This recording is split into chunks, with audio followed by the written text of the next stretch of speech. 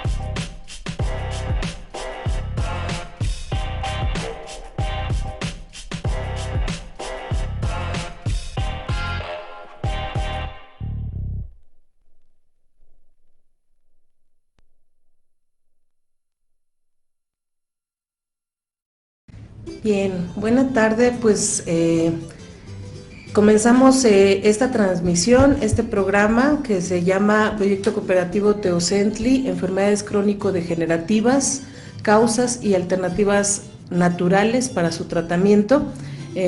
Damos gracias a los compañeros y las compañeras del Frente Popular Francisco Villa Independiente y al mismo tiempo saludamos a todos los compañeros y compañeras que se encuentran en los diferentes predios de este Frente Popular, los diferentes lugares en donde han luchado por tener una vida y una vivienda digna. Les saludamos y agradecemos que nos estén acompañando en este programa. Me presento, yo soy Isis Damayanti Ramírez Sandoval, yo soy socióloga y antropóloga social de profesión.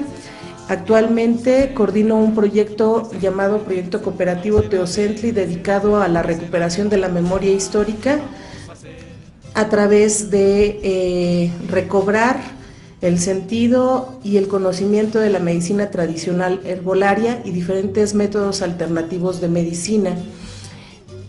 A través del proyecto cooperativo Teocentli nosotros hemos tratado de llegar a las comunidades y colonias populares con la finalidad de poder llevar diferentes talleres, conversatorios, brigadas de salud gratuitas y al mismo tiempo generar a través de lo que nosotros llamamos semilleros de formación espacios en los cuales las personas que les interesa aprender de medicina herbolaria y medicina alternativa puedan irse forjando como brigadistas comunitarios para acompañarnos en estas brigadas de salud de manera gratuita.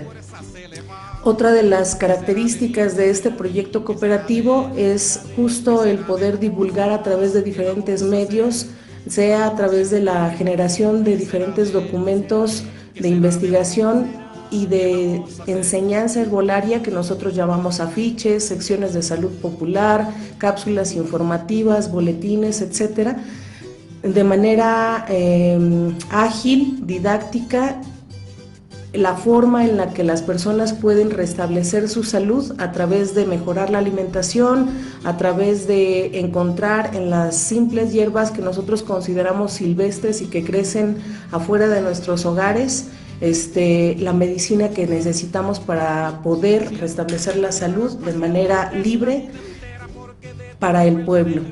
En este momento pues damos inicio a una serie de programas que gracias al Frente Popular Francisco Villa Independiente podemos efectuar y que tienen la finalidad de poder llegar a través de TV Radio Pancha, a través del canal de Facebook y de YouTube, tanto de TV Radio Pancha como de Proyecto Cooperativo Teocentli, a más personas. Y vamos a abordar diferentes temáticas a lo largo de estos programas. Este está dedicado específicamente a hablar acerca de las enfermedades crónico-degenerativas, entender cuáles son sus causas y entender y aprender cuáles son las alternativas naturales que podemos utilizar, desde la propia alimentación hasta el uso de herbolaria especializada y algunas terapéuticas que sin necesidad de costear a grandes precios podamos nosotros acceder a ellas. Bien, el tema de las enfermedades crónico-degenerativas es importante, no solamente porque digamos en la actualidad, por lo menos desde hace unos 6 años, 7 años, caracterizamos las enfermedades crónico-degenerativas como aquellas que están relacionadas con la diabetes, la obesidad y la hipertensión, porque justo estas 3 enfermedades constituyen uno de los principales, digamos, las principales estadísticas poblacionales en México y en América Latina. Desde hace por lo menos 3 años la Secretaría de Salud tuvo que emitir algo que le llaman alerta epidemiológica ante las altas tasas de incidencia de estas enfermedades entre la población mexicana. Y a partir de eso se comenzaron a hacer una serie de programas institucionales que llevan como discurso el hacer consciente a las personas de diferentes hábitos, tanto en la alimentación como en los ejercicios, como en la vida que llevamos todos y todas, que nos hacen propensos a desarrollar estas enfermedades. Sin embargo, uno de los planteamientos que nosotros sostenemos en Teocentli es justo el hecho de efectuar o desarrollar una enseñanza popular, una educación popular sobre cuál es, digamos, la forma en la que se van desarrollando estas enfermedades, para que las personas no solamente tengan como alternativa el asistir a un médico, recibir las instrucciones de cuáles son los medicamentos que deben de tomar y acatarlas y seguirlas sin conocer a profundidad qué es lo que ocurre en su organismo, cuáles son los hábitos y las alternativas que tienen para poder transformar esta situación. Enfermedades crónico-degenerativas no solamente entonces son hipertensión, obesidad y diabetes, existen otro tipo de enfermedades crónico-degenerativas como el cáncer, como diferentes padecimientos neurológicos, tales como el Alzheimer, como el Parkinson, problemas de artritis, de reumatismo, arteriosclerosis, etcétera. Y entonces, para comprender realmente en qué consiste una enfermedad crónica, debemos de entender a qué refiere el concepto de cronicidad.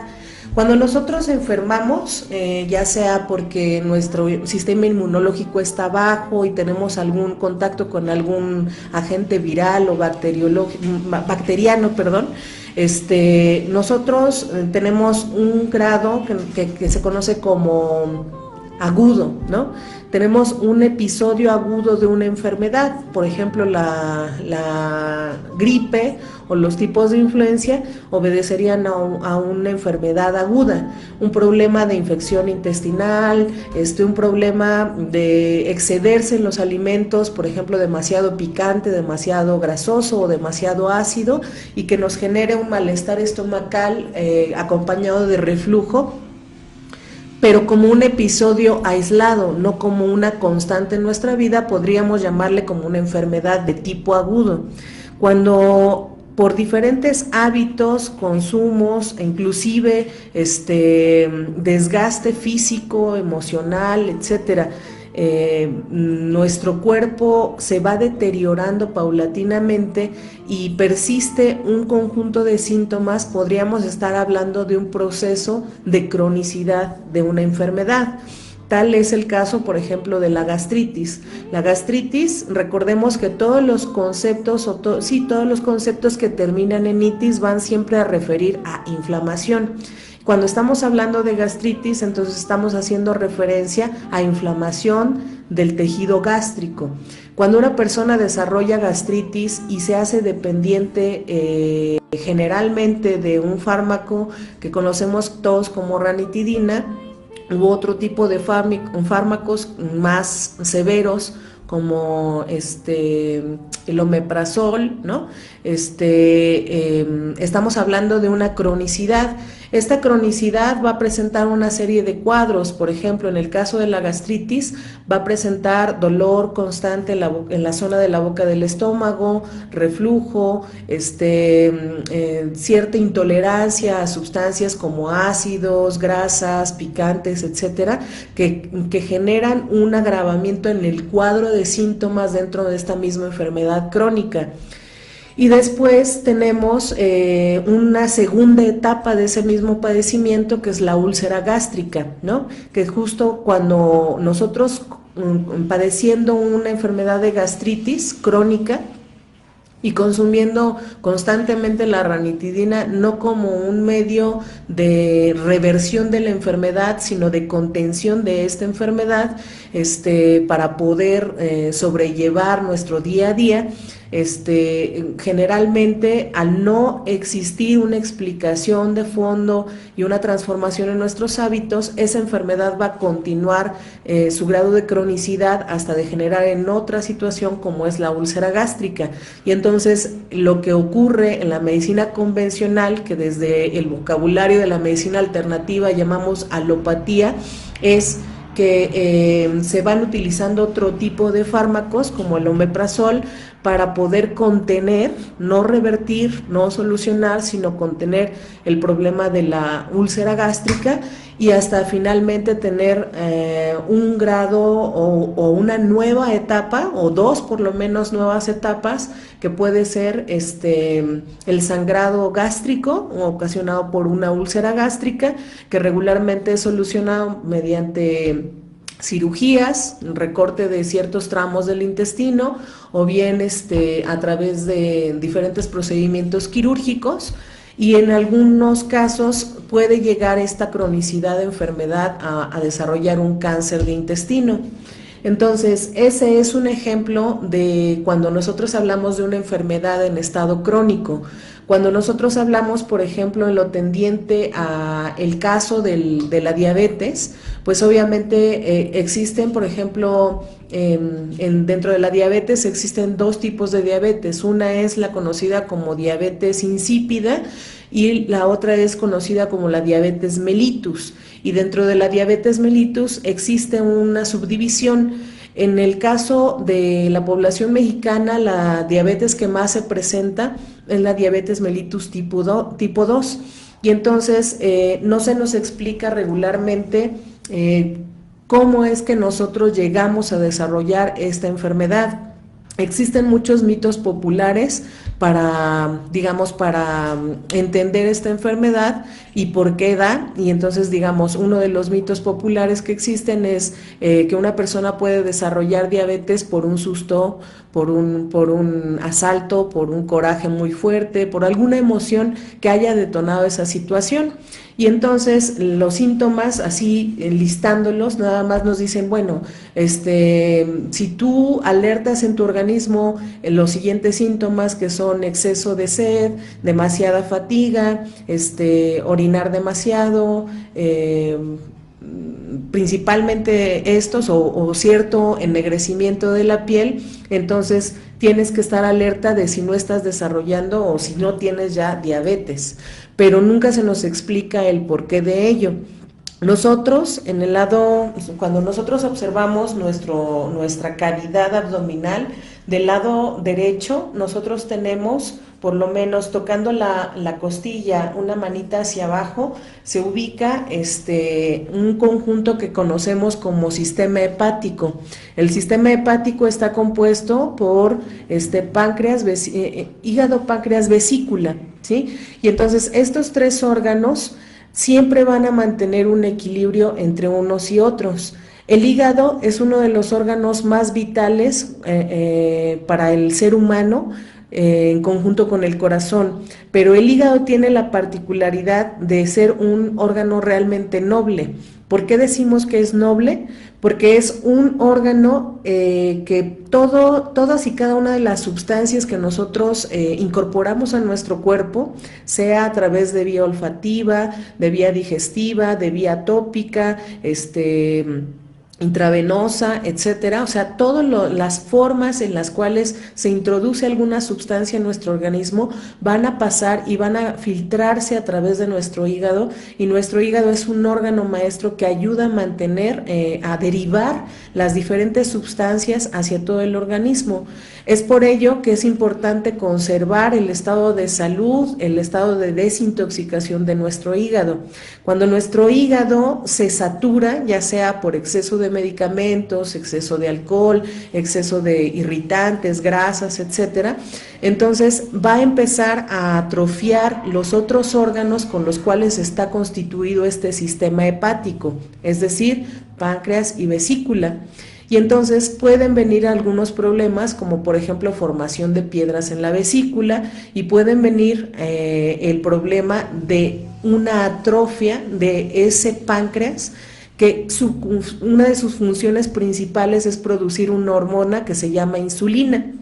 La insulina es una hormona que nosotros necesitamos en nuestro organismo porque es el maestro que regula la cantidad de azúcar, regula la cantidad de azúcar en la sangre. ¿Y cómo lo hace? Lo hace a través de permitir que la glucosa, es decir, cuando nosotros consumimos frutas, cuando consumimos dulces, aguas de sabor, bebidas edulcoradas, tanto refresco como gaseoso como no gaseoso, todo tipo de azúcares que nosotros consumimos entra en nuestro organismo, y entonces cuando tenemos en función perfecta nuestro páncreas y está produciendo la cantidad de insulina necesaria, esta insulina va a permitir que esa glucosa se convierta o pase, haga su transformación a las células para convertirse en energía.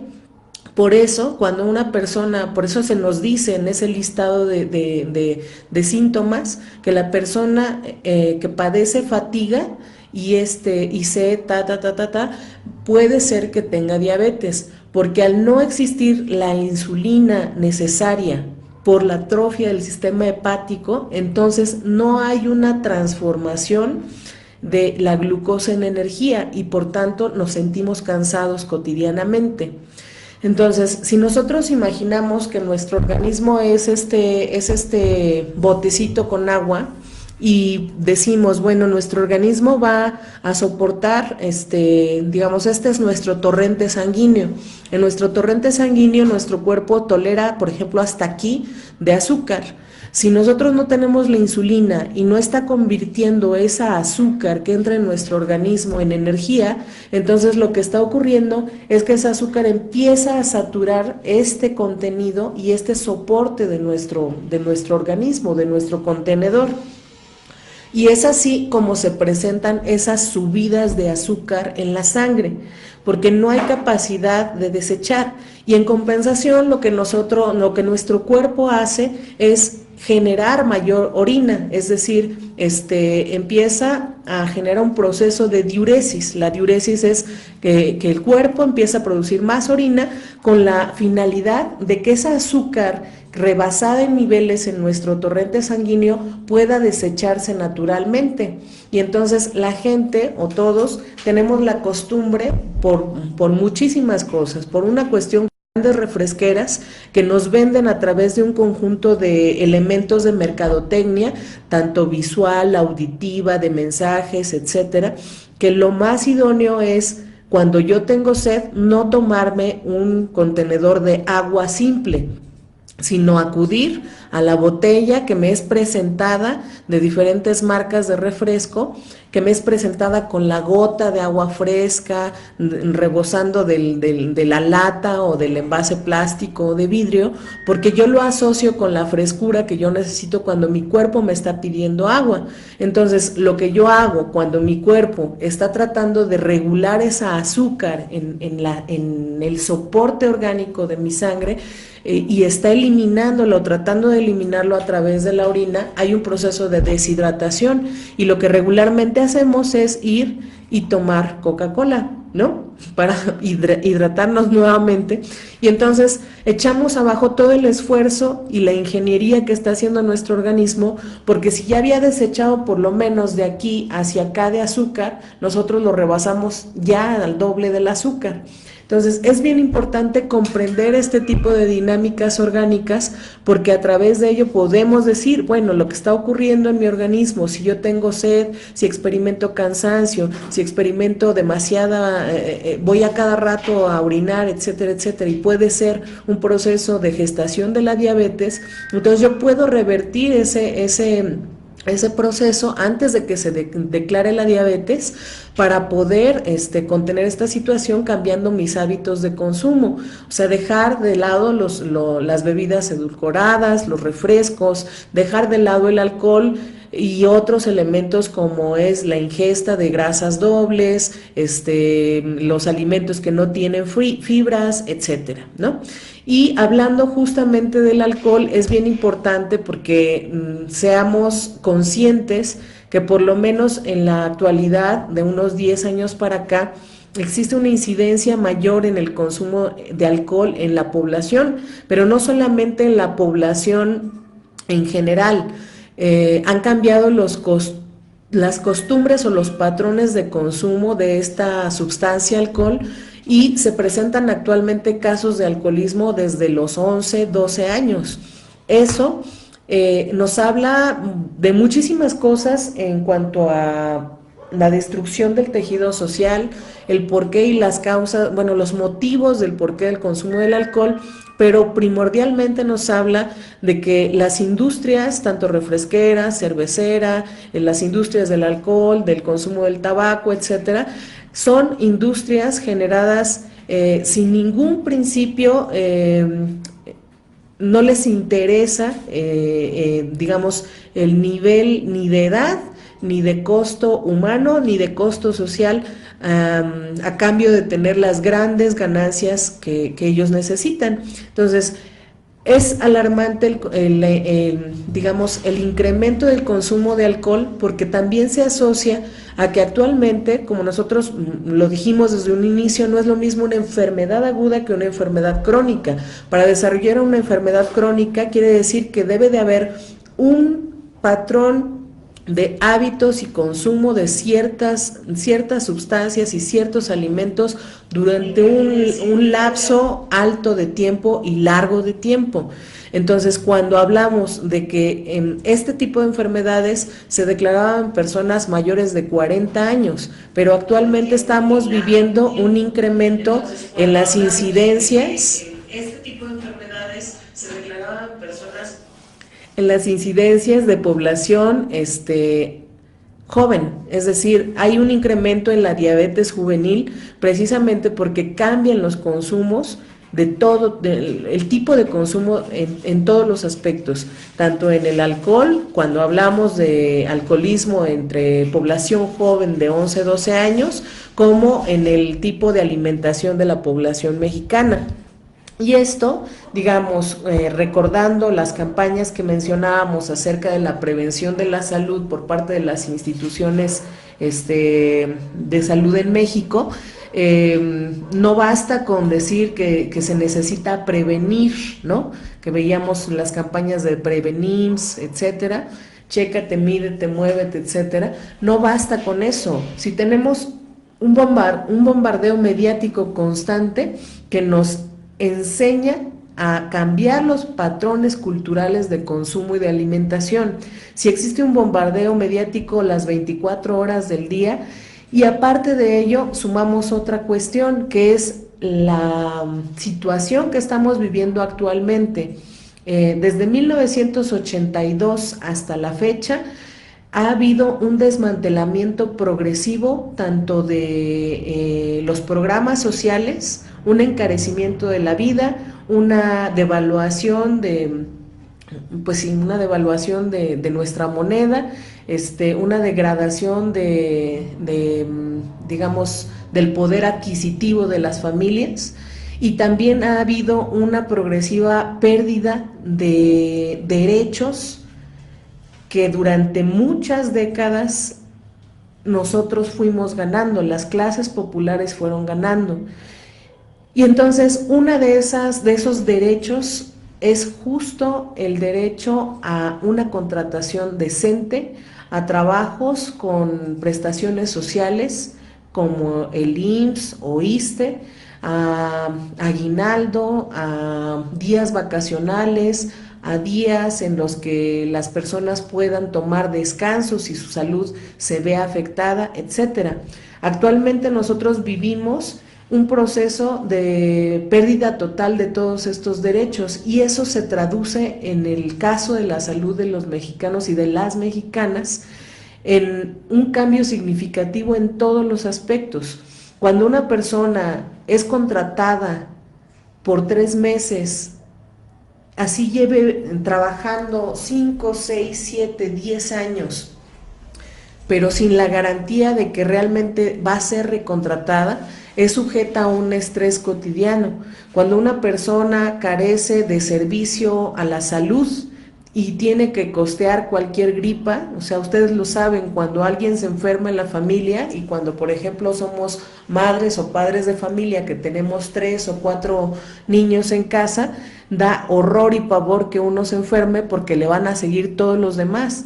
Tratar a uno, así lo tratemos en los consultorios de medicamentos genéricos, así no nos cueste la consulta, o la consulta nos cueste 25 o 30 pesos, va a significar un gasto de por lo menos 500 pesos para las familias, para uno de los hijos. Si los demás empiezan a enfermar, entonces nosotros hagamos cuentas de cuánto va a costar eso.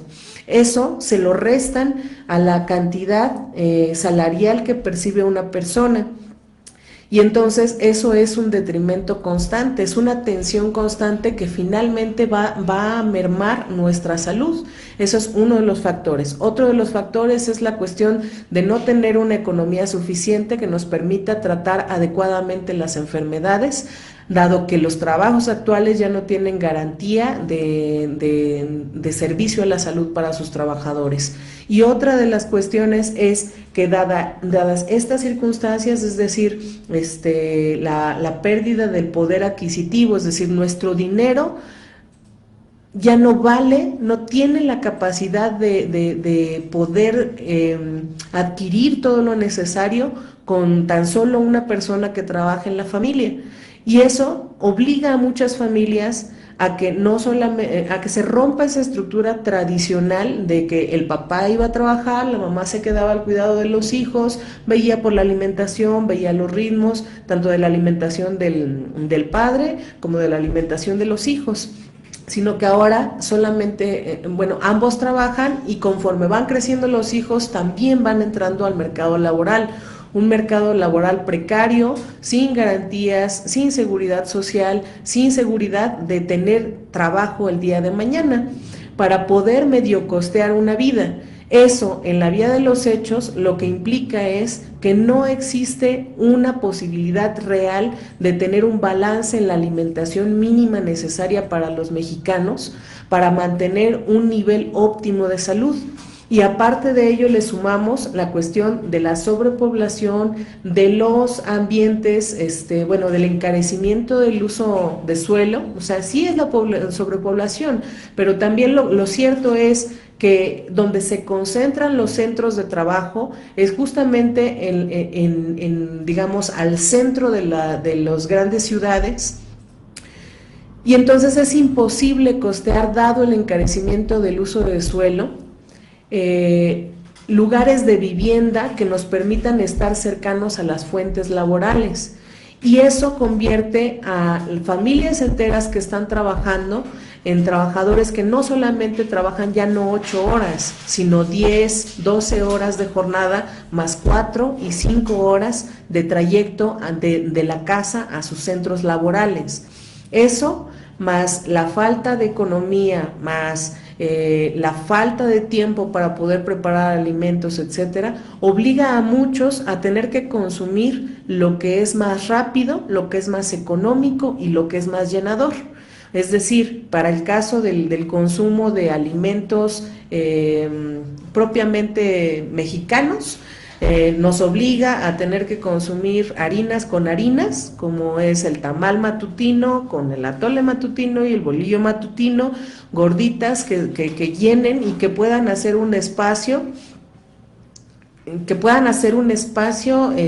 más amplio de soporte antes de tener la sensación de hambre que nuestro organismo nos alerta para poder darle el combustible necesario. Todo ello va propiciando que este tipo de enfermedades se presenten cada vez a más tempranas edades. Y como decimos, no basta con las campañas que descargan la responsabilidad no solamente en nosotros. No basta con decir, bueno, si tú ya tienes toda la información, si tienes acceso a los medios y sigues de necio alimentándote como te alimentas, en realidad la culpa nada más es tuya, sino hay un montón de factores sociales y en esencia un factor importante que es lo que gesta este sistema económico capitalista, que es la explotación del hombre por el hombre, la explotación cada vez más brutal de las familias y el orillar a que los estilos de vida, la forma de alimentación, etcétera, sea cambiada culturalmente y que esté generando finalmente para las industrias farmacéuticas grandes cantidades de clientes que vas a tener de por vida, porque una persona con diabetes, dependiendo del grado de avance de esta enfermedad, es un consumidor de por lo menos 900 pesos al mes, y cuando se va haciendo más crónica y degenerativa la enfermedad, va subiendo el monto de consumo de ese cliente, de esa persona, ese paciente que en realidad es observado como un cliente, hasta 2,000, 2,500 pesos para tratar una enfermedad que solamente la tratan a través de la contención y no de la reversión de la degeneración orgánica que está presentando. Eso es en el caso de la diabetes. En el caso de la hipertensión, las personas, nosotros conocemos que existe, cuando nos dicen existe, digamos, presión arterial alta y presión arterial baja, ¿no? Nunca nos explican realmente qué significa eso, ¿no? También es tensión arterial o presión arterial. Ahorita nos vamos a regresar un poquito a una pregunta acerca de qué se opina de los etiquetados y retomamos lo de la hipertensión. Bueno, desde hace algún tiempo nosotros hemos observado cómo en el etiquetado de algunos productos hay una leyenda que dice no, fulano, fulano, fulano, ¿no?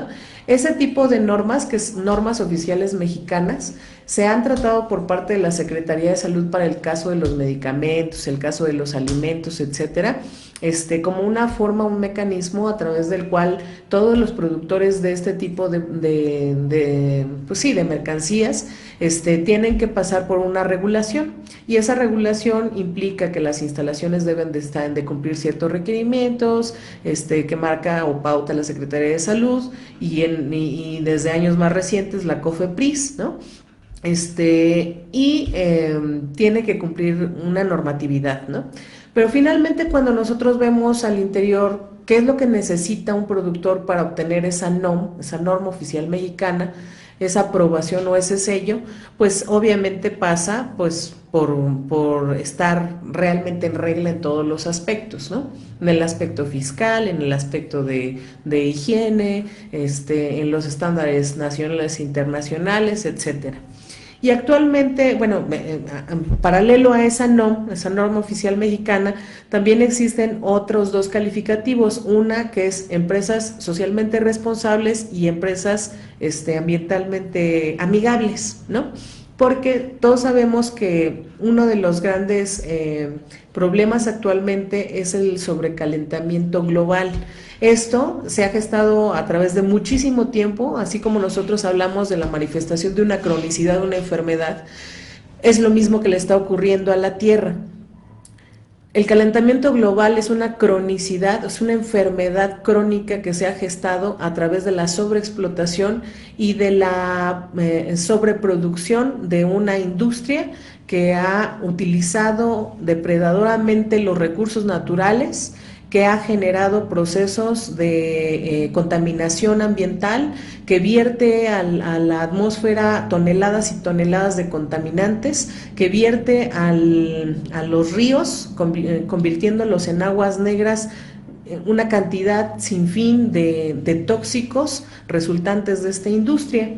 Y entonces, como parte, digamos, han surgido muchísimos movimientos ambientalistas, muchísimos, pues obviamente son movimientos que realmente tienen como trasfondo ser un negocio más, ¿no?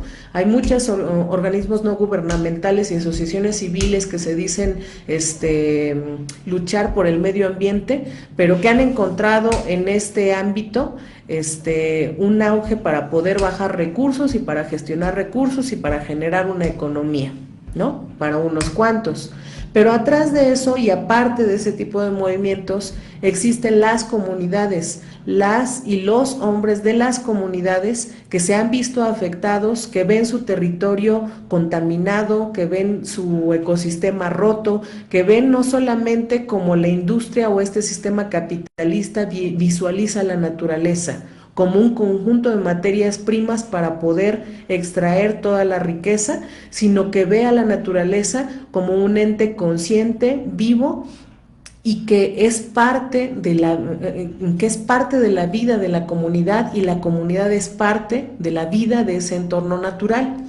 Entonces, a través de la lucha, de la denuncia, de la resistencia por preservar sus territorios, por preservar sus ecosistemas, la naturaleza, las especies, la flora, la fauna, etcétera, se ha generado o gestado de menos a más movimientos internacionales que han derivado en la necesidad de legislar para proteger el medio ambiente.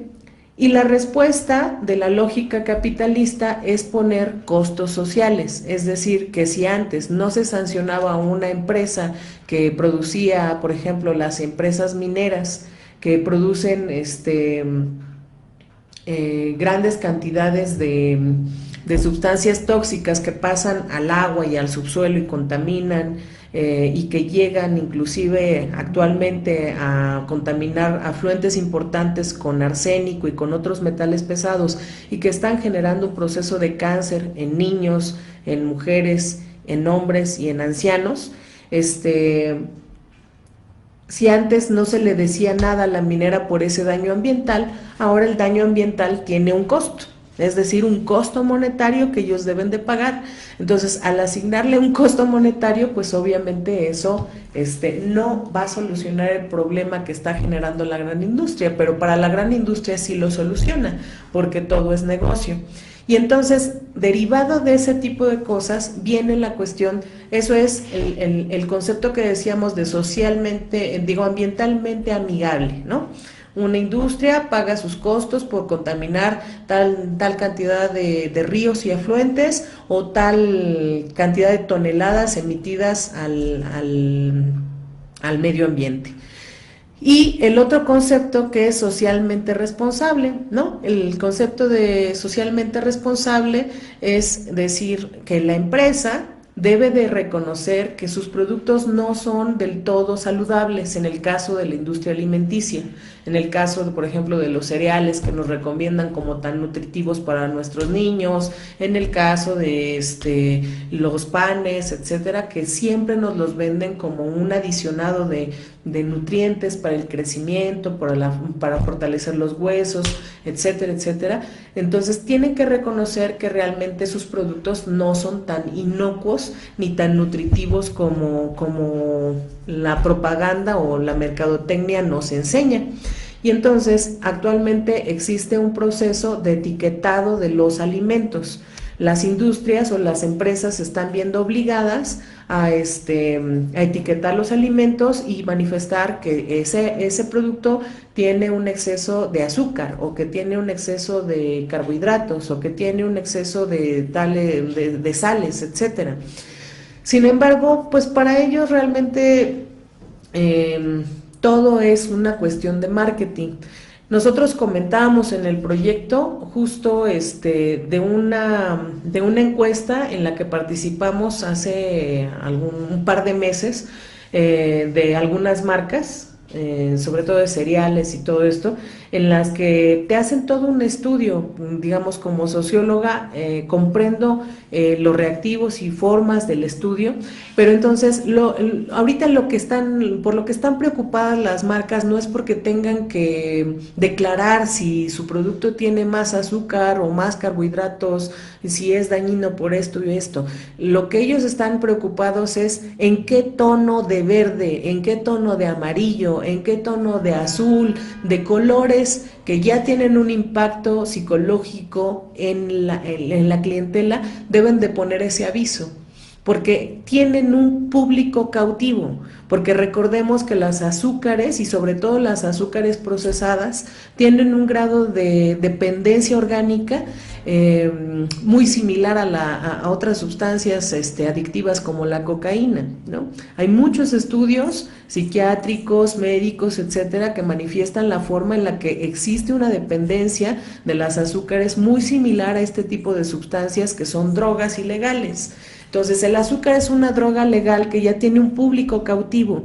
El hecho de que pongan el etiquetado o no, que pongan claridad o no, eso no tiene realmente una incidencia fuerte en el público. Habrá público que a través de observar otro tipo de información, etcétera, pueda alertarse y decir no consumo esto, pero finalmente tienes un público joven que ya está cautivo a través de esta dependencia hacia las azúcares. Eso sería lo relativo al etiquetado que nos preguntaban. Y retomamos la cuestión de la hipertensión arterial. En la hipertensión arterial nosotros estamos midiendo, nuestro corazón es un músculo que está conectado por arterias. Cuando nuestro corazón hace esto, hace un movimiento de contracción, se conoce como sístole, y cuando se relaja hace un movimiento que se llama diástole. A través de ello bombea sangre hacia todo el organismo. Cuando nosotros nos miden la presión arterial, nos dicen que lo óptimo es 120/80, es decir, que nuestro músculo corazón está utilizando 120 de presión y 80 medidas de relajación. Cuando una persona empieza a presentar hipertensión, es decir, que sea mayor de 130/90, o hipotensión, que sea menor de 110/70, tiene mucho que ver con varios factores. Uno de ellos puede deberse, por ejemplo, a un cambio en la vitalidad de la persona. Por ejemplo, si nosotros nos miden la presión arterial cuando vamos al médico y nos preguntan, no has desayunado, ¿verdad? Porque tu presión puede estar un poco más baja. ¿Por qué? Pues porque no has desayunado, no, tu cuerpo no tiene las mismas azúcares, minerales, etcétera, que necesita tu músculo corazón para bombear con la fuerza que generalmente lo hace. Y eso es lo que están manifestando, una pequeña baja en la presión arterial. Entonces, lo que nos explican o lo que nos dicen cuando hay presión arterial baja es utilizar diferentes hipotensores, tales como ¿cómo se llama? En este momento no me acuerdo del nombre, ahorita recuerdo, pero este tipo de fármacos lo que hacen es, lo que decíamos, es una contención del problema, no es una solución a fondo. Y lo que nosotros conocemos desde, no solamente desde la medicina alternativa, si nosotros entramos a literatura especializada de la medicina alopática, vamos a encontrar que la hipertensión tiene en muchos casos tiene una vinculación interna con un funcionamiento de nuestro riñón, y eso nunca nos lo dicen. O sea, cuando alguien trata, un médico trata a las personas, un médico convencional, la mayoría, ¿no? Trata a una persona hipertensa, lo que hace es simplemente mandar hipotensores, mas no da una indicación de la salud del riñón, del funcionamiento de las vías urinarias, etcétera, etcétera. Entonces nosotros tenemos que tener conciencia de que un proceso de hipertensión muchas veces está ligado al funcionamiento renal. Y después tenemos el proceso de la obesidad, que es importante aquí destacar que existe una diferencia muy grande entre estar llenito y ser obeso, ¿no? O sea, hay personas, y existe también una diferencia sustancial, porque muchas personas también lo califican así, que una persona robusta, de complexión gruesa, etcétera, es una persona saludable. Cuando nosotros hablamos de obesidad, no estamos hablando de que no nos quede bien la ropa, ni es una cuestión de un asunto estético. Es una enfermedad crónico-degenerativa porque va asociada a otro tipo de problemas, sobre todo porque la obesidad actual, que está clasificada por lo menos en obesidad tipo 1, tipo 2 y obesidad mórbida, estos tres, digamos, son los subcampos con los que está clasificado. La obesidad actual está muy asociada a todo el cambio de formas de alimentación, de hábitos, de hábitos culturales alimenticios impuestos por todo lo que ya analizamos, y que es bien importante observar porque las personas obesas que han desarrollado esta obesidad debido a esa situación están en conjunto desarrollando otros problemas. Una persona que tiene obesidad tipo 1 y tendiente hacia tipo 2 es una persona que muy seguramente está propensa a desarrollar problemas de hipertensión, problemas de diabetes, etcétera, y por tanto debe de ser revertido. Y ahora, señalando la cuestión de lo que decíamos, bueno, ya vimos en una manera general que es la diabetes, la hipertensión y la obesidad, pero existen otros padecimientos, como decíamos, como el cáncer o como los problemas neurológicos. Y es bien importante aquí hablar acerca de por qué existe una mayor incidencia actualmente del cáncer. Existen muchas fundaciones, muchos organismos que han dedicado mucho tiempo a estudiar los diferentes tipos de cáncer y cuáles son las principales causas del mismo. Muchos han señalado que un factor importante son los ambientes cargados de polución, es decir, de contaminación, las grandes ciudades, la industria, ¿cómo se llama? Y sus desechos. Otros han señalado que es el tipo de alimentación actual, otros han señalado como un factor asociado el uso de demasiada tecnología como tablets, computadoras, celulares, el hecho de consumir alimentación a través de ondas de microondas, las comidas rápidas, los edulcorantes, obviamente factores genéticos que inciden en el desarrollo o no de este tipo de procesos cancerosos, etcétera. Existen una multitud de factores que pueden determinar o incidir en que una persona desarrolle cáncer. Sin embargo, lo que nosotros consideramos y lo que observamos es justo un rompimiento en el equilibrio, en la homeostasis orgánica de las personas, y esto es debido a lo que nosotros ya señalamos durante todo este tiempo, ¿no?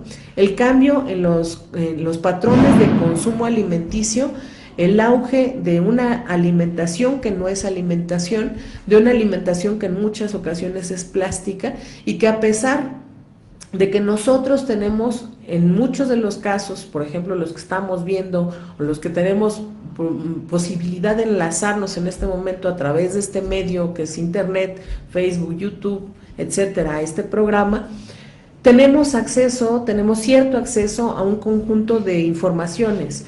Y una de las informaciones que más ronda es que la sopa Maruchan no es una sopa, que es un conjunto de fibras plásticas que va a tardar, después de que tú los consumes, por lo menos 8 meses en degradarse y desecharse de tu organismo. Pero como eres un público cautivo y como somos ya un cliente frecuente, entonces nos importa muy poco comernos una y comernos al día otra y después tomarnos al mes otra, si es que somos precavidos. Y lo mismo ocurre con todas las papas y todos los chicharrones. Cuando nosotros vemos, por ejemplo, manuales de químicos, y vemos las combinaciones que hacen, por ejemplo, para todas esas botanas que son hot, ¿no? O sea, que son flaming hot y todo. Nosotros vemos que hay una mercadotecnia agresiva, ¿no? Inclusive en los colores de los empaques.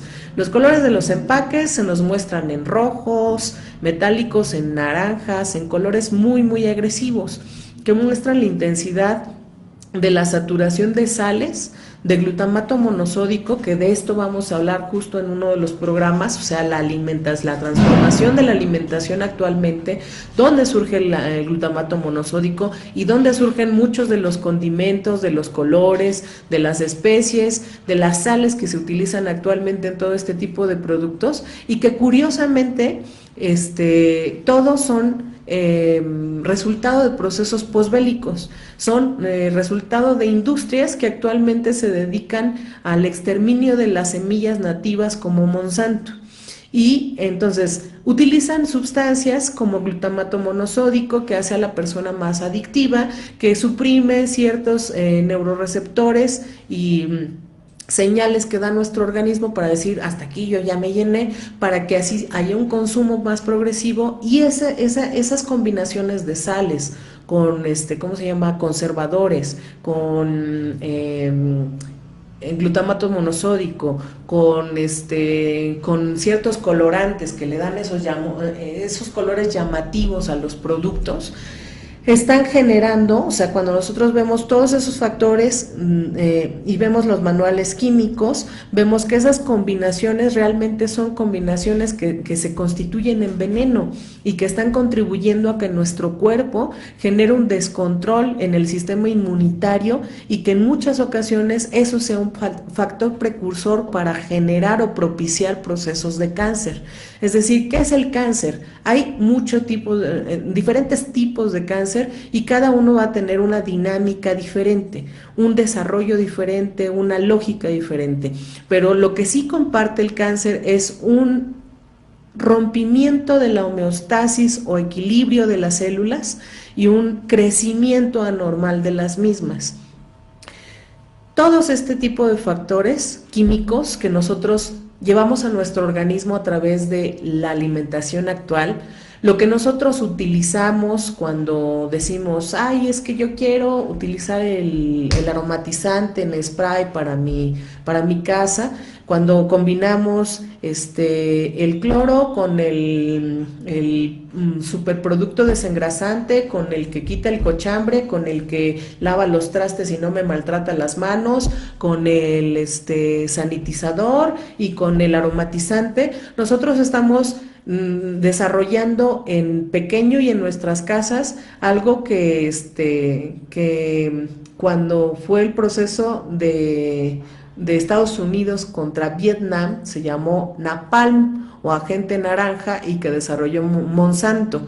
Es una microbomba química que si nosotros vemos los estudios actuales de qué es lo que está ocurriendo todavía en Vietnam a tantas décadas, que es una malformación congénita de las actuales generaciones que crecen, que nacen en Vietnam debido a la presencia de estos agentes químicos, eso es lo que nosotros estamos llevando a nuestros propios hogares.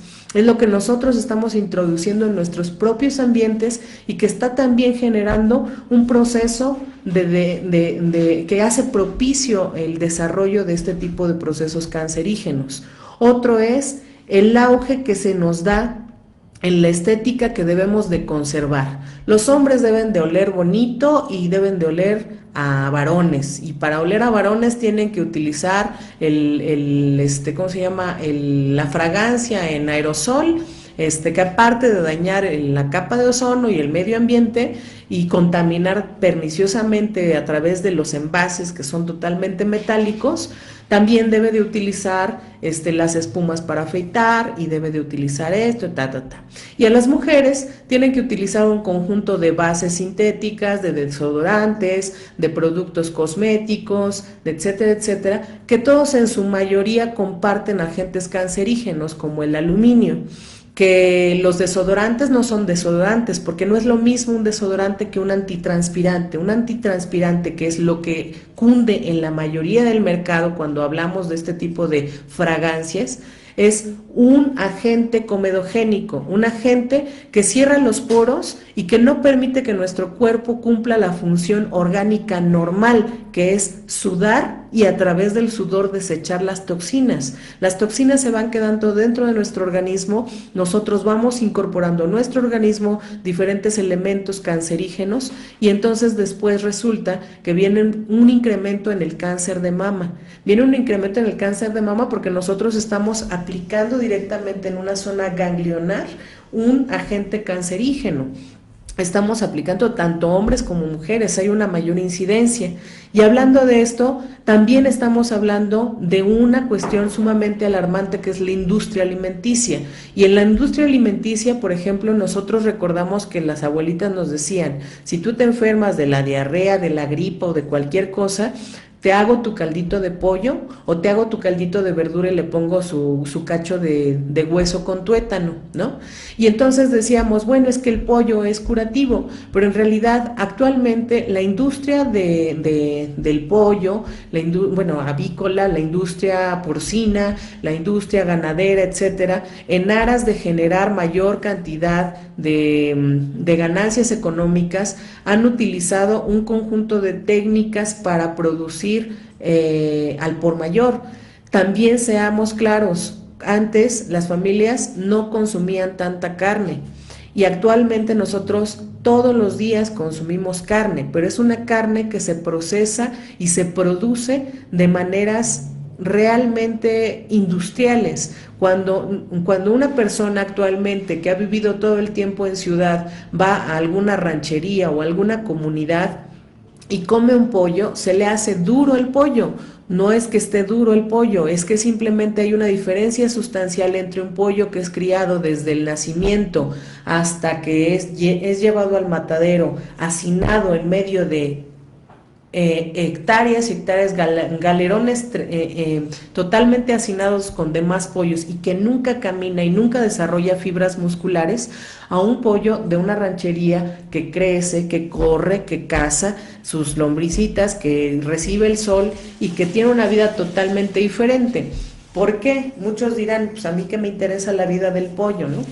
Pero no es la vida del pollo, es la cuestión de que cuando un ser orgánico crece en un ambiente hacinado, cuando hay hacinamiento, cuando hay una superproducción de pollos como lo hay actualmente para la industria alimenticia, obviamente existe un incremento en las enfermedades virales y bacterianas, por tanto debe de haber una suministración de antibióticos potentes. Como los microorganismos se hacen resistentes, los organismos se hacen resistentes a esos antibióticos, cada vez los antibióticos deben de ser más potentes y más potentes y más potentes, y el crecimiento de los pollos debe de ser más acelerado para que no genere más costos. Por tanto, hay que inyectar hormonas para que un pollo que no crece, que no camina, que no hace nunca ningún movimiento ni ningún ejercicio más que estar hacinado en sus centímetros cuadrados que le corresponden en las jaulas, tenga un tejido que dé la talla que la industria alimenticia pide. Entonces la solución es inyectar hormonas. Entonces lo que nosotros estamos consumiendo son bombas de hormonas que finalmente, ¿cuál es uno de los factores que generan cáncer de mama o cáncer cervicouterino? Pues el consumo progresivo y constante de anticonceptivos hormonales. Lo mismo ocurre cuando nosotros estamos consumiendo constantemente una alimentación basada en pollo y en carnes que han sido tratados, crecidos, alimentados y llegados a su tallaje para la industria alimenticia y para los estándares que éste pide a base de hormonales. Estamos introduciendo en nuestro organismo agentes patógenos que hacen más proclive el desarrollo de estas enfermedades cancerígenas. Y por último, las enfermedades neurodegenerativas, como el Parkinson, el Alzheimer, etcétera, tienen mucho que ver con la cuestión de el uso, bueno, todo lo que dijimos, el uso de tecnología como computadores, celulares, microondas, el tipo de alimentación, el uso excesivo de aluminio. Han descubierto que existe una incidencia entre Alzheimer, Parkinson con el aluminio, pero también por una situación en la que las personas vivimos en un constante estrés debido a factores económicos, factores laborales y panoramas en los cuales no vemos con claridad cuáles son las alternativas ni los horizontes posibles para dar una vida digna a nuestras familias. Bueno, vamos a dejar en este momento esta parte en la que hablamos acerca del desarrollo de todas estas enfermedades, las causas, para poder desarrollar o pasar a las alternativas naturales. ¿Qué es lo que da la medicina tradicional, la medicina alternativa como una alternativa viable para las poblaciones para poder tratar estos padecimientos, sobre todo actualmente que vivimos un proceso de encarecimiento de la atención de la salud y un proceso paulatino de privatización de la salud? Bien, bueno, pues en este momento, como ven, el desarrollar o hacer un análisis de las causas que han generado o que han gestado esta situación de auge y de crecimiento de estas enfermedades crónico-degenerativas nos ha llevado la totalidad de este programa. Es muy importante porque el proveer de estas herramientas es un proceso de educación popular que no nos proporcionan cuando nosotros vamos a atender nuestra salud.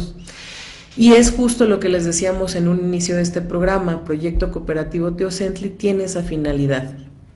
Vamos a desarrollar una segunda parte de este programa en la cual vamos a traer algunos materiales de apoyo que nos sirvan tanto de la herbolaria que se puede utilizar como de jugoterapia, nutrición, etcétera, para cada uno de estos padecimientos.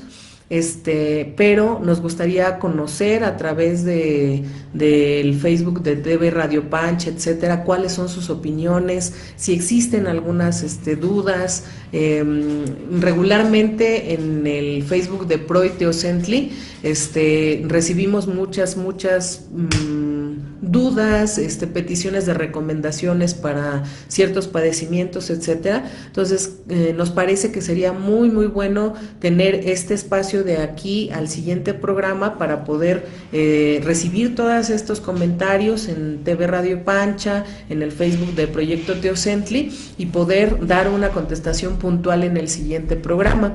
Les recordamos que somos un proyecto autogestivo, somos un proyecto que tiene por principio ser totalmente independiente de partidos políticos, de asociaciones civiles, de religiones, etcétera. Trabajamos para los sectores populares y con los sectores populares, trabajamos en colonias populares y en comunidades en otros estados. Agradecemos mucho a las personas que tienen confianza en este proyecto y que nos han invitado a sus comunidades a dar un taller, a dar una plática, a dar algún taller, sobre todo de elaboración de farmacias populares naturales permanentes, porque son alternativas realmente que se pueden construir con muy poco dinero, con mucha iniciativa y que pueden atender la salud de la población de manera inclusive hasta gratuita. Les invitamos a que si ustedes están interesados nos escriban. Nuestro Facebook es Proy Teocentli, nuestro correo electrónico es teocentli@gmail.com. Estamos en el WhatsApp en el número 55 27 75 26 49. Y les recordamos nuestros 2 semilleros, que son los 2 lugares en donde atendemos tanto las personas que quieran tener alguna asesoría con nosotros, algún tipo de fisioterapia, atención a su columna, etcétera. Uno es en Valle de Chalco y otro es en La Viga y Eje 6. Nos pueden contactar en estos lugares. Actualmente en febrero vamos a iniciar módulos de aprendizaje sobre homeopatía, sobre masajes de rehabilitación, etcétera. Todos los montos que nosotros manejamos son solidarios y en muchos de los casos también como parte de esa solidaridad pedimos hojas, es decir, paquetes de 500 hojas que a nosotros nos sirven para poder divulgar el conocimiento a través de folleto, de un volante de mano, de algún boletín que llevemos a alguna asamblea, alguna reunión o alguna colonia o comunidad. Les invitamos a seguirnos, a compartir los afiches y la información que hacemos. Si ustedes quieren recibir afiches, que le llamamos así a pequeñas fichas en las cuales se recomienda por enfermedad qué tipo de herbolaria, qué tipo de alimentación, etcétera, y otras técnicas alternativas, nos pueden escribir al WhatsApp y con todo gusto los vamos compartiendo diariamente. Pues nuevamente agradecemos a los compañeros del Frente Popular Francisco Villa Independiente, a TV Radio Pancha y a todos los y las compañeras de Proyecto Cooperativo Teocentli por este primer programa. Gracias al compañero en los controles y nos vemos en el siguiente programa.